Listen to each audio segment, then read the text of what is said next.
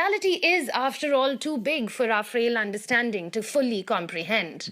Nevertheless, we have to build our life on the theory which contains the maximum truth. We cannot sit still because we cannot or do not know the absolute truth. Subhas Chandra Bose. A man worshipped by millions and thousands of people, ready to give their blood in his name, Subhas Chandra Bose was a freedom fighter with radical ideologies, compared to his more moderate counterparts, Gandhi and Nehru.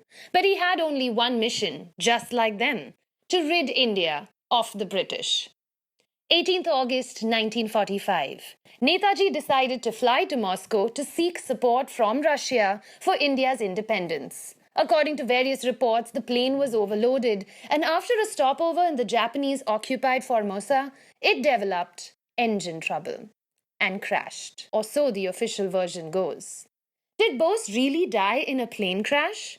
Are his remains really at the Rankoji temple in Japan? Or did he fake his own death in fear of Nehru? Was he hiding underground in a village in India? Or did he manage to reach the Soviet Union, where he spent the remainder of his life in a prison cell? If the Indian government did believe that Bose was dead, why had Nehru spied on Bose's family nearly for a decade after his presumed death?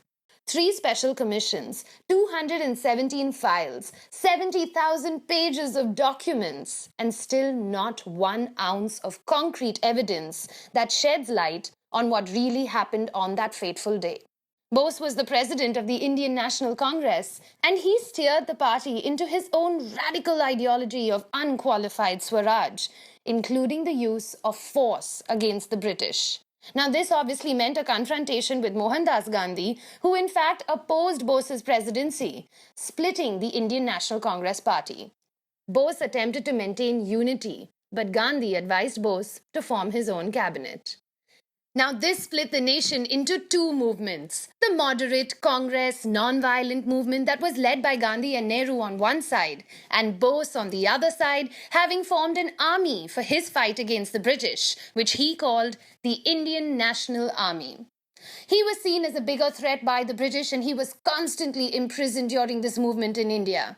Now, this led to him escaping and fleeing to Europe to gain some support on a more international level.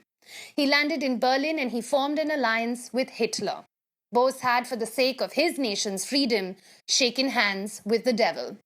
He led the INA in alliance with Hitler and the Japanese. His philosophy was, my enemy's enemy is my friend, and any support against the British helped his cause of an independent India. This decision, however, is what led to his downfall. The INA with the Japanese forces lost a battle against the Commonwealth forces in 1945 while trying to rid Burma of the British Raj. The retreat and the fall of the INA destroyed the dreams of Bose to become an effective political entity. Bose, not losing hope, made his way to the Soviet Russia to gain support from Stalin. But as we know, he never reached Soviet Russia. The nation and Bose's supporters were left in shock. The Indian government for a while did not even give an official statement of Bose's death.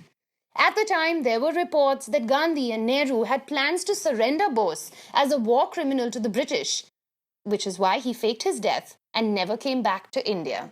There are other various reports which state that Bose was held prisoner by Stalin due to his association with Hitler, and he later died in the hands of that dictator. Nehru's government having information of this, yet nothing to prevent it.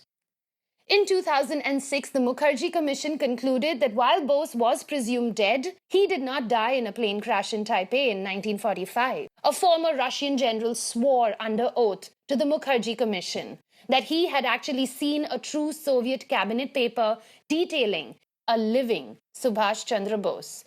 There were 2 earlier commissions which investigated this mysterious death of Bose: the Shah Nawaz Committee and the Khosla Commission. They both reported one simple truth, that all documents relating to Subhas Chandra Bose are either missing or destroyed.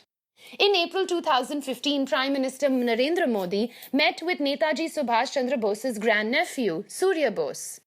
Modi promised to examine the request for declassification of all files related to events since his death. 70 years later, the Indian government has woken up. A committee has been formed, and they are going to review the Official Secrets Act in context to declassify the files that are related to his death.